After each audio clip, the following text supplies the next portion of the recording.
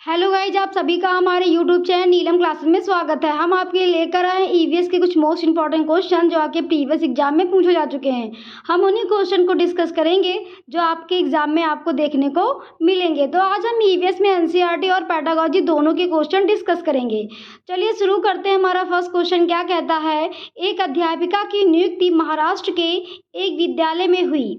वह भोजन के विषय में पढ़ा रही है तथा वह भरली वांगी का उदाहरण देती है। क्या कह रहा है कि मतलब महाराष्ट्र की एक अध्यापिका है, वह भोजन के विषय में पढ़ा रही है और वह भरली वांगी का उदाहरण देती है, जो कि वह एक व्यंजन है जो बना हुआ है। क्या कह ऑप्शन ए कहता है छोटे छोटे भरवा बैंगन से, ऑप्शन बी कहता है सादा दाल दम बुस्ता से, ऑप्शन सी कहता है ताजी प्रोम फ्रेड मछली और मलाईदार व्यंजन से, ऑप्शन डी कहता है आलू फूल गोभी तथा टमाटर।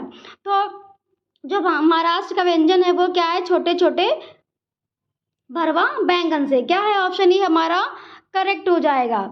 ये इमेज में देखिए, ये क्या है हमारा भरली वांगी व्यंजन। क्या है, भरवा मतलब होता है, भरवा करके बनाया जाता है, तो यही हमारा आंसर करेक्ट था। आगे देखते हैं अपना अगला क्वेश्चन, निम्नलिखित में से कौन सा कथन हाथियों के बारे में सही है। क्या कह रहा है, निम्नलिखित में से कौन सा कथन है जो हाथियों के बारे में सही है।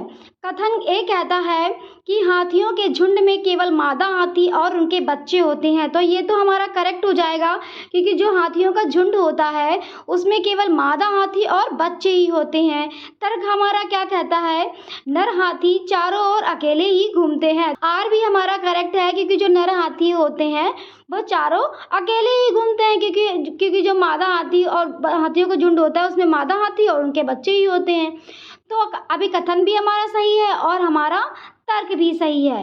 तो ए और आर दोनों हमारे क्या हो जाएंगे, सही हो जाएंगे, और सही व्याख्या भी है। तो ऑप्शन ए हमारा करेक्ट हो जाएगा। ए और आर सही है और ए आर की सही व्याख्या है। आगे देखते हैं अपना अगला क्वेश्चन, निम्नलिखित कथनों पर विचार कीजिए। क्या कह रहा है कि निम्नलिखित कथनों पर विचार कीजिए। कथन ए कहता है मनाली में ढालू छतें वाले मजबूत बांस के खंभों पर ऊंचे उठे हुए लकड़ी के घर बनाए जाते हैं। क्या कह रहा है कि जो मनाली है वहाँ पे ढालू छतें वाले मजबूत बांस के खंभों पर ऊंचे उठे हुए लकड़ी के घर बनाए जाते हैं। तो ये कहाँ बनाए जाते हैं, असम में। कथन बी कहता है मनाली में बारिश बहुत होती है, बर्फ भी पड़ती है।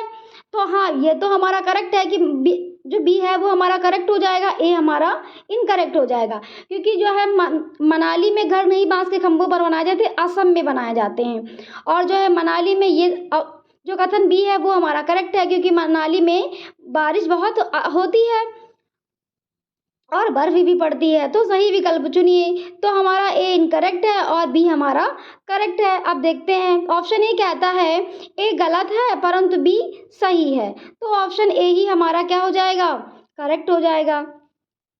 आगे देखते हैं अपना अगला क्वेश्चन, राजस्थान का पारंपरिक नृत्य जिसे घूंघट वाली महिलाएं नृत्यांगनाएं सिर पर 7 से 9 पीतल के घड़ों को संभालती हैं कहलाता है। क्या होती है वो, सर के ऊपर 7 से 9 पीतल के घड़ों को संभालती हैं। तो यह नृत्य कौन सा है। ऑप्शन ए कहता है कालबेलिया, ऑप्शन बी कहता है कथक, ऑप्शन सी कहता है 13 ताली और ऑप्शन डी कहता है भवई। तो यह नृत्य कौन सा होता है, कौन सा नृत्य है हमारा, भवई। या कहाँ का है, राजस्थान का है। अब इमेज में देखेंगे, देखिए जैसे कि ये पीतल के रखे हुए हैं ना सर पे अपने ऊपर, देखिए 7 से 9 रखे हुए हैं लंबे लंबे ऊपर तक। तो ये क्या है, नृत्य हमारा कौन सा है, भवई नृत्य, जो हमारे राजस्थान में होता है। आगे देखते हैं अपना अगला क्वेश्चन, निम्नलिखित पहेली को हल कीजिए। क्या कह रहा है, निम्नलिखित पहेली को हल कीजिए।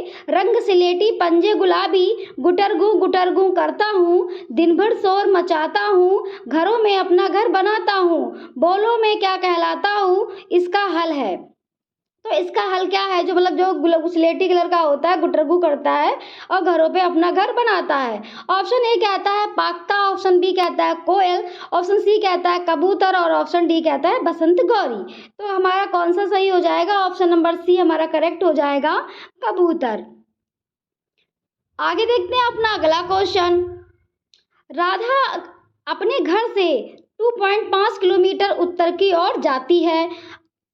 क्या कह रहा है क्वेश्चन हमारा, राधा जो है ये हमारा पूर्व है, ये हमारा पश्चिम है, ये हमारा उत्तर है और ये हमारा दक्षिण है।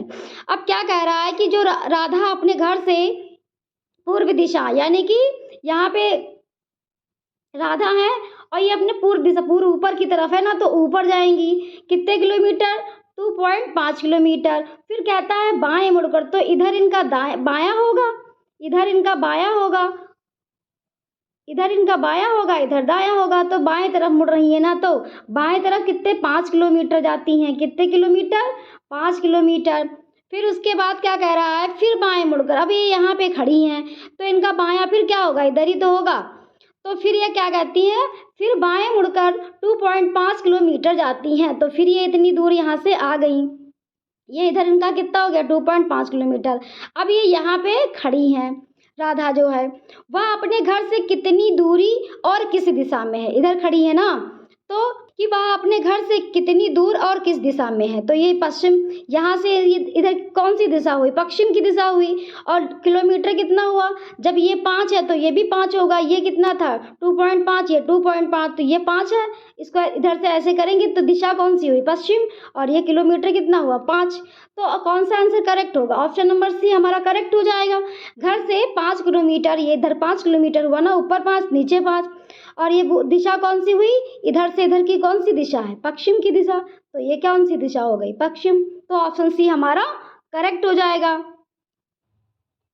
आगे देख लेते हैं अपना अगला क्वेश्चन, किसी विद्यार्थी द्वारा नीचे गए कथनों पर विचार कीजिए। मैं जिस जगह से आया हूँ वहाँ एक पहाड़ी इलाका है, क्या कह रहा है कि मैं जिस जगह से आया हूँ वहाँ एक पहाड़ी इलाका है, हमारे यहाँ बहुत बारिश होती है और बर्फ भी पड़ती है, जब ठंड अधिक होती है तो हमें धूप में बैठना अच्छा लगता है, हमारे घर पत्थर और लकड़ी के बने होते हैं। यह छात्रा कहाँ से आई है, ऑप्शन ए कहता है तिनसुकिया असम से, ऑप्शन बी कहता है मनाली हिमाचल प्रदेश से, ऑप्शन सी कहता है चेन्नई तमिलनाडु से, और ऑप्शन डी कहता है उदयपुर राजस्थान से। तो यह छात्रा जहाँ बारिश अधिक होती है और बर्फ भी पड़ती है वो कहाँ के घर होते हैं, मनाली हिमाचल प्रदेश के, सो ऑप्शन बी हमारा करेक्ट हो जाएगा।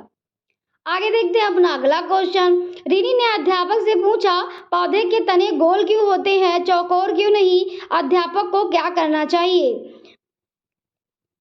ऑप्शन ए कहता है अध्यापक को विद्यार्थी को समझाना चाहिए कि गोल तने का कारण गुरुत्वाकर्षण है। ऑप्शन बी कहता है अध्यापक को विद्यार्थी से कहना चाहिए कि वे इस बारे में उच्च कक्षाओं में सीखें। ऑप्शन सी कहता है अध्यापक को विद्यार्थी से तने के गोल आकार होने के कारण सोचने के बारे में कहना चाहिए। ऑप्शन डी कहता है अध्यापक को विद्यार्थी को बाग में घुमाने ले जाना चाहिए तथा विभिन्न तनों के आकार देखने के लिए कहना चाहिए। तो सीटेट का आंसर वही हमारा करेक्ट होता है जहाँ पे हमारा बच्चा एक्टिव हो, तो ऑप्शन डी हमारा करेक्ट हो जाएगा। बच्चा प्रत्यक्ष रूप से चीज़ों को देखेगा जब उसको बाग में घुमाने ले जाएंगे, तो ऑप्शन डी ही हमारा करेक्ट हो जाएगा, क्योंकि बच्चा घूमेगा देखेगा तो वहाँ पे वो करके सीखेगा। यही आंसर हमारा करेक्ट है। आगे देख लेते हैं अपना अगला क्वेश्चन। 3 राज्यों का ऐसा समूह जिसके किसी किनारे पर सागर है, क्या कह रहा है, 3 राज्यों का ऐसा समूह जिसके किसी किनारे पर सागर है। ऑप्शन ए कहता है केरल कर्नाटक महाराष्ट्र, ऑप्शन बी कहता है केरल कर्नाटक आंध्र प्रदेश, ऑप्शन सी कहता है उड़ीसा आंध्र प्रदेश महाराष्ट्र, और ऑप्शन डी कहता है महाराष्ट्र केरल पश्चिम बंगाल। अब हम मैप में देखेंगे, ये इधर हमारा क्या है बंगाल की खाड़ी और इधर हमारा क्या है अरब सागर, क्या है अरब सागर। अब अरब सागर की तरफ देखते हैं हमारे कौन कौन से राज्य हैं। तो पहला हमारा क्या था केरल, तो केरल तो ये हमारा केरल हो गया। फिर क्या था हमारा कर्नाटक, तो ये हमारा कर्नाटक हो गया। और फिर क्या कह रहा था महाराष्ट्र, तो ये हमारा महाराष्ट्र हो गया। तो हमारा पहला ही ऑप्शन सही हो गया। कौन सा हो गया। फिर दूसरे में हमारा क्या था आंध्र प्रदेश, तो आंध्र प्रदेश तो ये इधर है, ये आंध्र प्रदेश बंगाल की खाड़ी की तरफ है। और फिर और तीसरे ऑप्शन में क्या था आंध्र प्रदेश, उसमें भी था। चौथे में भी पश्चिम बंगाल था, तो पश्चिम बंगाल हमारा किधर है, इधर है, यहाँ पे है। तो लेकिन हमारे पूछा क्या था अरब सागर, तो हमारा पहला ही ऑप्शन सही हो जाएगा केरल कर्नाटक और महाराष्ट्र। आगे देखते हैं अपना अगला क्वेश्चन। हरप्रीत अपने परिवार के साथ पंजाब बिहार एवं महाराष्ट्र की एक यात्रा पर गई थी। एवं उन राज्यों के कलाकार को संग्रह दिया। हरप्रीत के संग्रह को नीचे दिए गए विकल्प चुनिए। यानी कि क्या कह रहा है क्वेश्चन, हरप्रीत जो है अपने परिवार के साथ गई थी पंजाब, बिहार और महाराष्ट्र को एक यात्रा पर। तो उन्होंने कलाकार जो हमारे हैं पंजाब, बिहार और महाराष्ट्र के, उसके बारे में उन्होंने संग्रह किया, वही नीचे दिए गए विकल्प में बताना है। तो पंजाब में क्या है, कलम फुलकारी है, क्या है हमारी पेंटिंग फुलकारी है। और बिहार में क्या है हमारी, मधुबनी है। और महाराष्ट्र की फेमस क्या है, वर्ली। तो ऑप्शन बी ही हमारा करेक्ट हो जाएगा, क्योंकि वो पंजाब, बिहार और महाराष्ट्र की बात हो रही थी यहाँ पे। तो पंजाब में फुलकारी है फेमस, और बिहार में मधुबनी, और महाराष्ट्र की सबसे फेमस कलाकारी क्या है, वर्ली। ऑप्शन बी हमारा करेक्ट हो जाएगा। आगे देखते हैं अपना अगला क्वेश्चन, प्राथमिक स्तर पर ईवीएस सिखाने के लिए वास्तविक चुनौती है। ऑप्शन ए कहता है परिभाषा एवं जानकारी। ऑप्शन बी कहता है रटकर सीखना। ऑप्शन सी कहता है अवधारणाओं का विवरण है। ऑप्शन डी कहता है विद्यार्थी के लिए खुद को व्यक्त करने का अवसर। तो ऑप्शन ए हमारा इनकरेक्ट हो जाएगा, क्योंकि परिभाषा और बी भी इनकरेक्ट हो जाएगा। रटने की कोई बात प्राइमरी क्लास में नहीं होती। ऑप्शन डी हमारा करेक्ट हो जाएगा, विद्यार्थियों के लिए खुद को व्यक्त करने के अवसर। ऑप्शन बी हमारा करेक्ट हो जाएगा। आगे देखते हैं अपना अगला क्वेश्चन, पर्यावरण अध्ययन की पाठ्य पुस्तक विद्यार्थी को सहायता करती है। ऑप्शन ए कहता है पर्यावरण अध्ययन विषयों के मुद्दे और सरोकार को याद करने में। ऑप्शन बी कहता है पर्यावरण अध्ययन विषयों के मुद्दों और सरोकार की व्याख्या करने में। तो याद करना और व्याख्या करने की तो कोई बात होती ही नहीं प्राइमरी क्लास में। ऑप्शन सी कहता है सभी संसाधनों के द्वारा ज्ञान की रचना करने में। ऑप्शन डी कहता है पर्यावरण अध्ययन विषय के मुद्दों और सरोकार के प्रति प्रतिक्रिया देने में। तो ऑप्शन डी भी हमारा इनकरेक्ट हो जाएगा। ऑप्शन सी हमारा करेक्ट हो जाएगा, सभी संसाधनों के द्वारा ज्ञान की रचना करने में। आगे देखते हैं अपना अगला क्वेश्चन, जल थीम से संबंधित सामाजिक सांस्कृतिक मुद्दों को प्रभावी ढंग से सीखा जा सकता है। क्या कह रहा है, जल थीम है उससे संबंधित सामाजिक सांस्कृतिक मुद्दों को प्रभावी ढंग से सीखा जा सकता है। ऑप्शन ए कहता है भूमिका निर्वाहन द्वारा। ऑप्शन बी कहता है शिक्षार्थी के बीच वास्तविक संवाद के द्वारा। ऑप्शन सी कहता है क्षेत्र भ्रमण के द्वारा। और ऑप्शन डी कहता है प्रदर्शन एवं गृह कार्य। तो भूमिका निर्वाहन भी के द्वारा भी हो, शिक्षार्थी के वास्तविक संवाद के द्वारा हो, क्षेत्र भ्रमण के द्वारा भी हो, प्रदर्शन और गृह कार्य की कोई बात नहीं होगी। तो ऑप्शन ए बी सी हमारा करेक्ट हो जाएगा। अब ऑप्शन में देखते हैं, ऑप्शन ए हमारा करेक्ट हो जाएगा, ए बी सी हमारे तीनों सही हैं। आगे देखते हैं अपना अगला क्वेश्चन, निम्नलिखित में से कौन से कथन पर्यावरण अध्ययन को परिभाषित करते हैं। क्या कह रहा है, निम्नलिखित में से कौन से कथन पर्यावरण अध्ययन को परिभाषित करते हैं। ऑप्शन ए कहता है बहुआयामी एकीकृत विषय। ऑप्शन बी कहता है उच्च प्राथमिक कक्षाओं में आने वाले विषयों की पूर्व तैयारी। ऑप्शन सी कहता है बच्चों के प्राथमिक और सामाजिक सांस्कृतिक पर्यावरण के बीच अंतःक्रिया। ऑप्शन डी कहता है पर्यावरण के बारे में तथ्यों का तो ऑप्शन ए हमारा करेक्ट हो जाएगा, ए करेक्ट है, क्योंकि बहुआयामी और एकीकृत विषय है हमारा पर्यावरण। उच्च प्राथमिक की कोई बात नहीं होगी। ऑप्शन सी भी हमारा करेक्ट हो जाएगा, बच्चे के प्राकृतिक और सामाजिक सांस्कृतिक पर्यावरण के बीच अंतःक्रिया करके। और ऑप्शन डी कहता है कि मतलब पर्यावरण के बारे में तथ्यों का संकलन। तो ये हमारा इनकरेक्ट हो जाएगा। ऑप्शन ए और ऑप्शन सी हमारा करेक्ट हो जाएगा।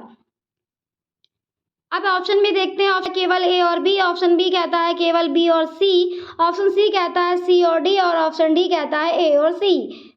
तो हमारा कौन सा सही था, ए सही था और हमारा सी सही था। तो ऑप्शन डी हमारा करेक्ट हो जाएगा, केवल ए और सी। आगे देखते हैं अपना अगला क्वेश्चन, निम्नलिखित में से कौन सा उपागम पर्यावरण अध्ययन के शिक्षण में संबंधित नहीं है। ऑप्शन ए कहता है एकीकृत। ऑप्शन बी कहता है प्रक्रिया। ऑप्शन सी कहता है निरंकुश। और ऑप्शन डी कहता है वैचारिक या धारणा। तो एकीकृत यानी कि एकीकृत भी होगा, प्रक्रिया भी होगी और वैचारिक भी होगी।